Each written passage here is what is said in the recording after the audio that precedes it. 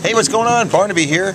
It's lunchtime, and if you're gluten intolerant, there may be some things that you're considering having for lunch that you probably shouldn't because they have gluten in them. Some surprising information here in this Hello Life moment. Joining us is registered dietitian Jessica Butcher. So, lunchtime, I know my neighbor Cindy once told me that she couldn't have turkey because she's gluten intolerant, and I thought she was way off base on that, but not so. Not so at all. Now, in fact, especially if you're looking at some processed meats, if you're looking at just you bought a turkey and it's a whole turkey and you're slicing off the breast of turkey, some meat for a sandwich, that would be safe. But a lot of these processed meats out here, such as this one, nice little variety pack, if you're looking at the ingredient statements, in this case we see flavoring added there, and that's one of the product or ingredients that we're going to actually want to call the manufacturer about to learn more, because it might contain gluten or it might not.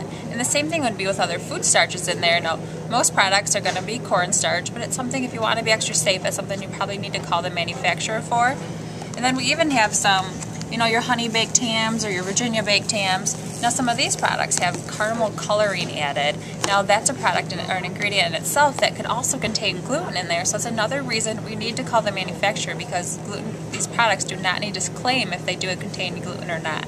So not all of them actually have that gluten-free label on them. Boy, you have to be a bit of a food detective, don't you?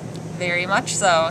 Alrighty, so let's talk about some other things that might have gluten in them. I saw you putting lip gloss on a little bit earlier. That could, in fact, have gluten in it? That could. There's lots of very surprising non-food substances that contain gluten. We have lots of different chapsticks, lip balms.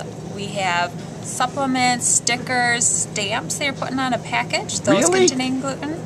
Lots of very, very unique things, and so it can take a lot of detective work to actually figure out what is causing those symptoms in you. If you think that you're following a gluten-free diet, you're all set, but there's lots of other items out there that we need to also watch out for. This is such great information because surveys show that up to 25% of people want gluten-free products, and yet only 1% of the population is actually diagnosed with celiac disease, which is the most severe form of being gluten intolerant.